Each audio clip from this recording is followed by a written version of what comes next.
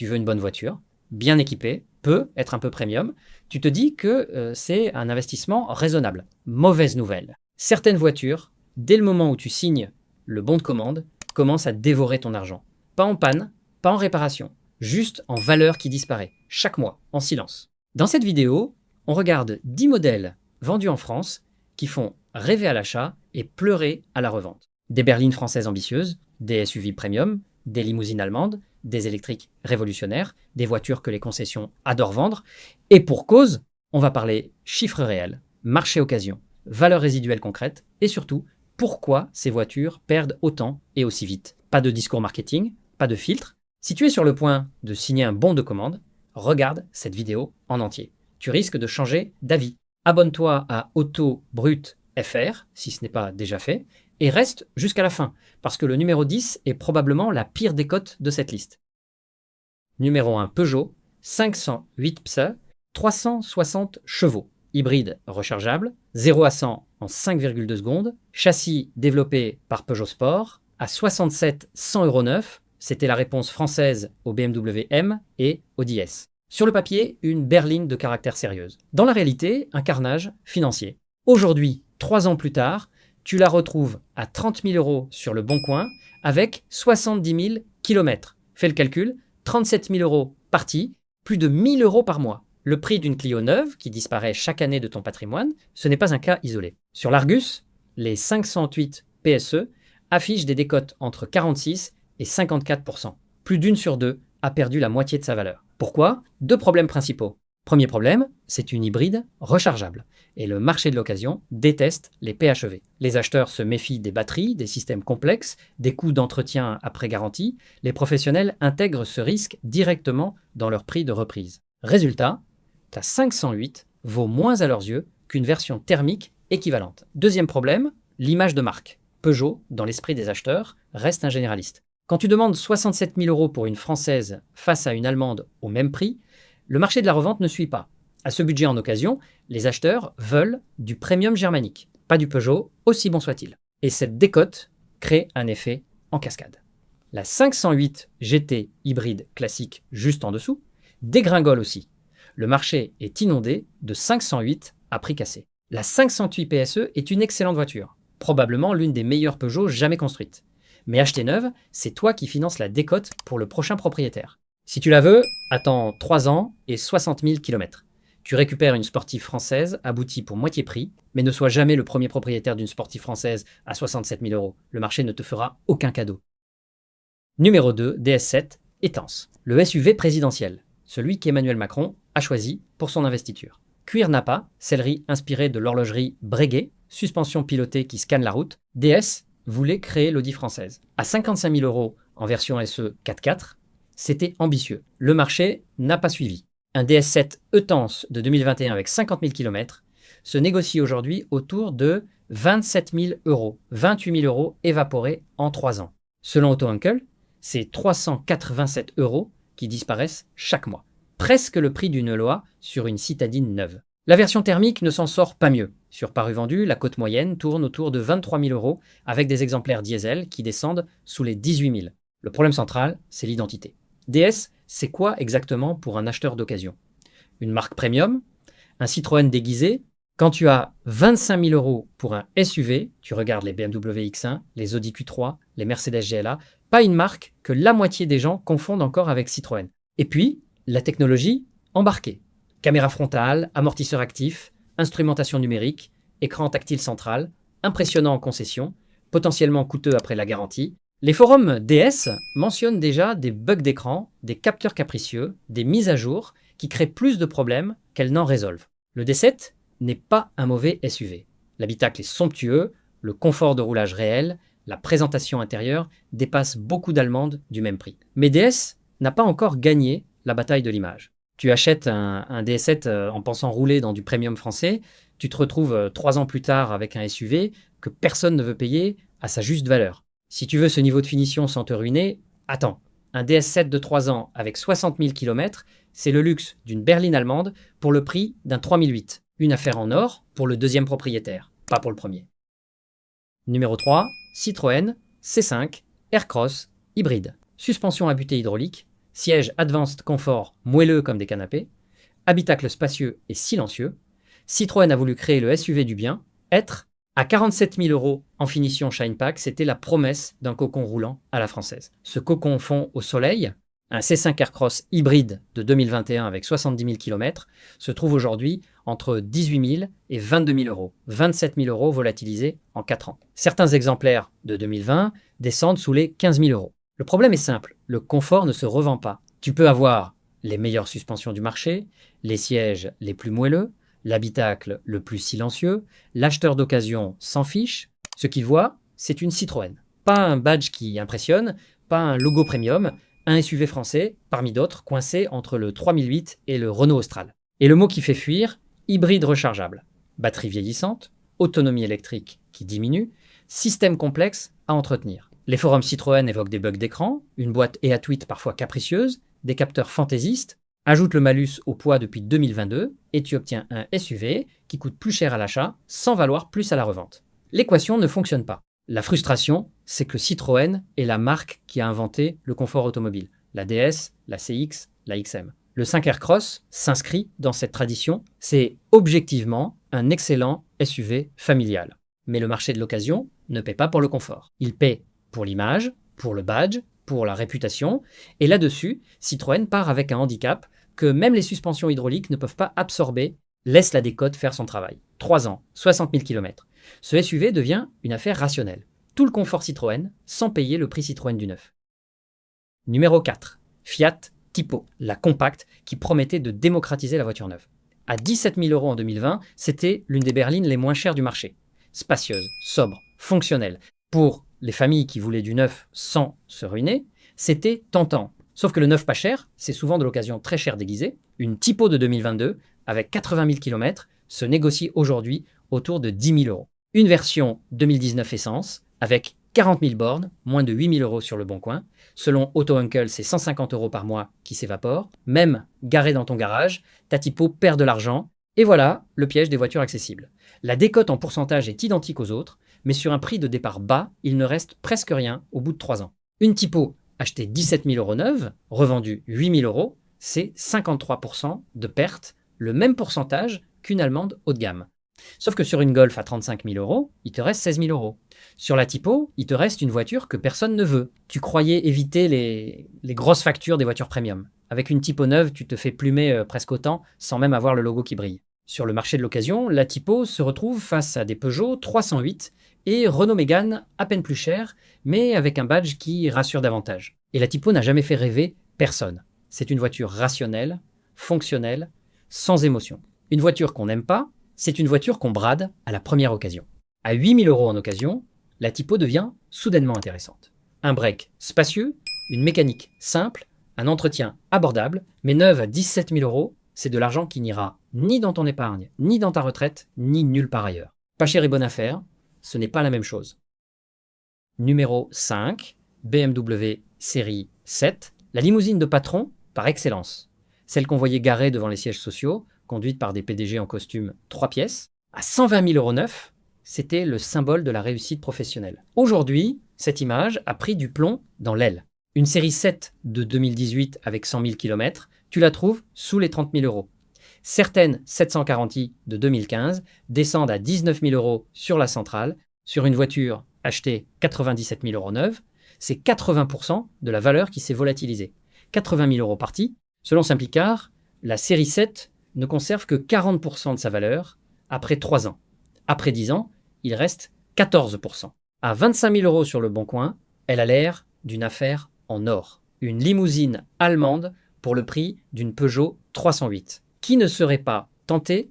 Ce que tu vois pas sur l'annonce, c'est ce que tu laisses à chaque fois que la suspension tousse. Parce qu'une série 7, c'est de la haute technologie allemande. Suspension pneumatique, direction intégrale, écran partout, assistance en pagaille, impressionnant quand tout fonctionne, ruineux quand ça tombe en panne. Une révision complète dépasse facilement les 2 000 €. Un amortisseur pneumatique, c'est 1 500 € pièce, et il y en a 4. Les acheteurs d'occasion le savent, une série 7 à 25 000 €, c'est une série 7 qui va bientôt réclamer 10 000 € de réparation. Et le marché a changé.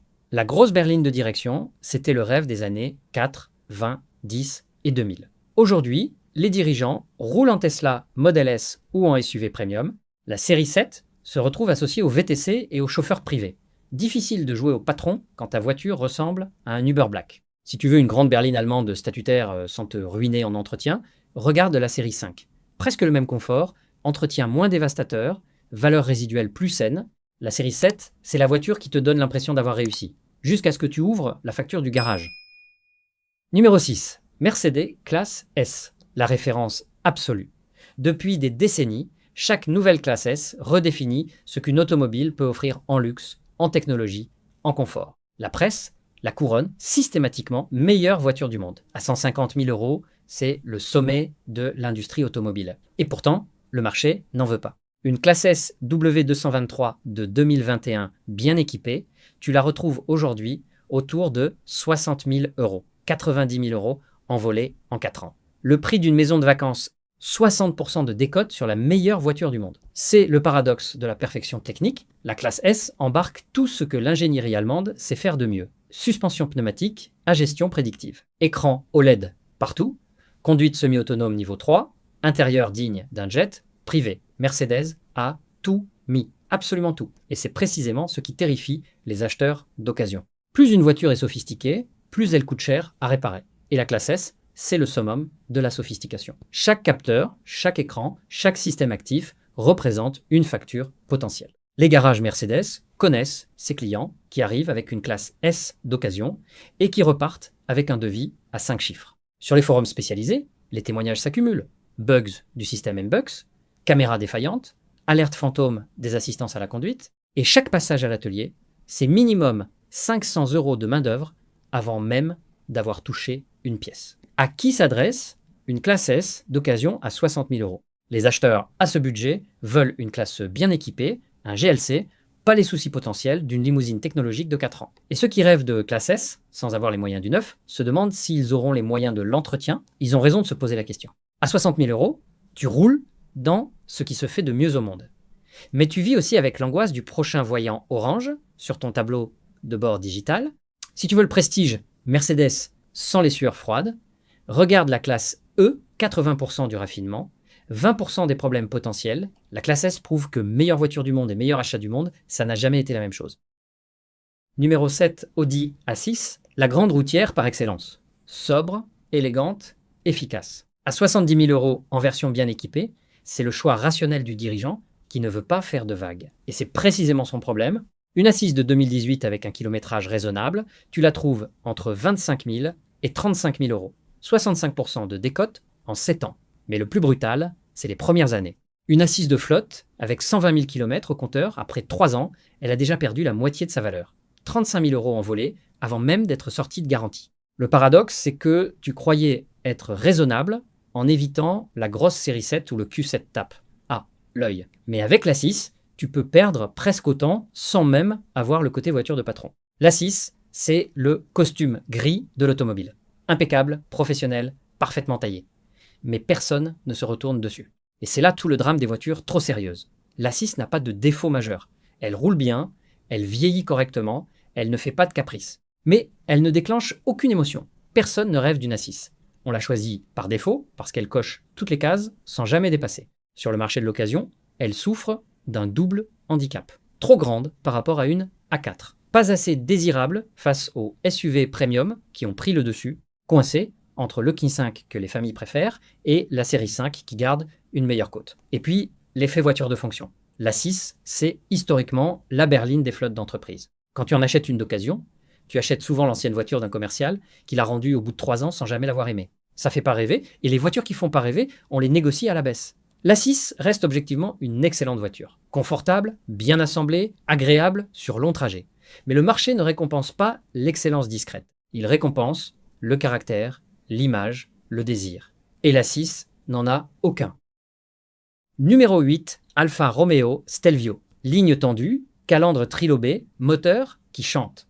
Quand Alfa Romeo a lancé son premier SUV en 2017, c'était une déclaration d'intention. L'Italie pouvait rivaliser avec les Allemands sur leur propre terrain. À 55 000 euros en version 2.0 turbo 280 chevaux, c'était la passion italienne dans un format familial. La passion ne se revend pas. Un Stelvio 2.0T de 2017, avec 110 000 km, Tu le trouves autour de 22 000 euros, 33 000 euros envolés en 7 ans, 60% de décote. Les versions récentes souffrent aussi. Un Stelvio de 2020 avec 60 000 bornes se négocie à 35 000 euros, 43% de perte en 5 ans. À titre de comparaison, un BMW X3 ou un Mercedes GLC du même millésime conserve 10 à 15% de valeur en plus. Sur 5 ans, ça représente 5 000 à 8 000 euros d'écart. Le prix du charme italien. Pourquoi un SUV aussi séduisant fait-il fuir les acheteurs d'occasion?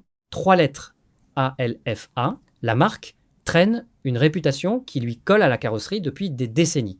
Fiabilité italienne, c'est devenu une expression ironique. Le doute persiste, génération après génération. Sur les forums spécialisés, les témoignages sont partagés. Certains roulent 150 000 km sans souci. D'autres enchaînent les passages en atelier pour des bugs électroniques, des capteurs défaillants, des alertes fantômes. La boîte ZF, 8 rapports, pourtant réputée chez BMW, se montre parfois capricieuse sur le Stelvio. Et puis il y a le réseau Alfa Romeo en France. Une poignée de concessions, des délais de pièces parfois lunaires, un SAV qui varie du tout au tout selon où tu habites. Quand ton X3 tombe en panne, tu as un garage BMW à 20 minutes. Quand ton Stelvio tousse, tu peux faire 1 heure de route pour trouver quelqu'un qui sait le réparer. Le plus cruel, le Stelvio est probablement le SUV le plus agréable à conduire de sa catégorie.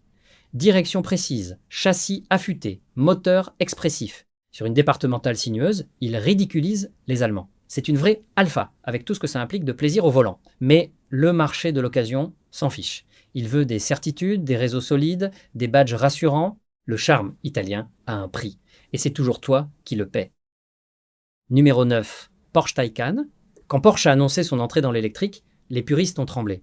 La Taycan les a convertis. Performance de supercar, tenue de route chirurgicale, qualité de fabrication irréprochable. À 120 000 euros en version 4S, c'était la preuve qu'une électrique pouvait porter l'écusson Porsche sans rougir. Même le cheval de Stuttgart ne galope pas éternellement. Une Taycan 4S de 2021 avec 90 000 km, tu la trouves aujourd'hui à 63 000 euros, 57 000 euros volatilisés en 4 ans. Selon Auto Uncle, c'est 1 480 euros qui disparaissent chaque mois.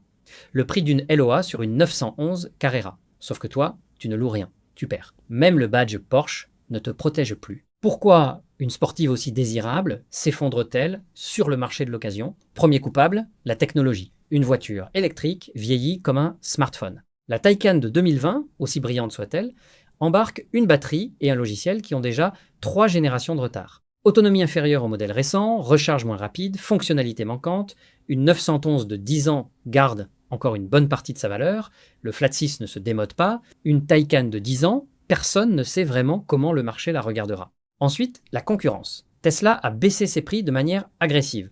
Une Model S Plaid coûte aujourd'hui moins cher qu'une Taycan Turbo d'occasion.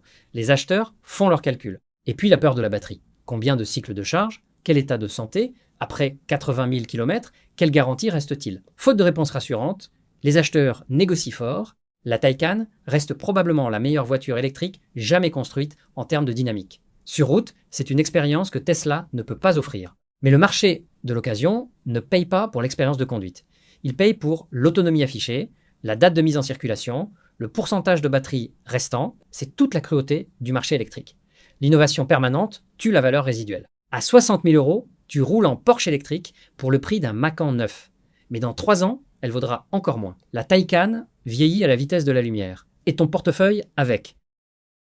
Numéro 10, Renault Zoé, la pionnière, celle qui a démocratisé la voiture électrique en France. Quand Renault l'a lancée en 2012, c'était un pari fou. 10 ans plus tard, c'était la voiture électrique la plus vendue du pays. À 36 000 euros en version ZE50 R135 avec batterie en propriété, c'était la promesse d'une mobilité propre et accessible. Les pionniers finissent souvent oubliés. Une Zoé ZE50 de 2020 avec 60 000 km, tu la trouves autour de 12 000 euros. Une version 2019, moins de 10 000 euros sur le Bon Coin. Certains exemplaires plus anciens descendent sous les 5 000 euros. 70% de décote.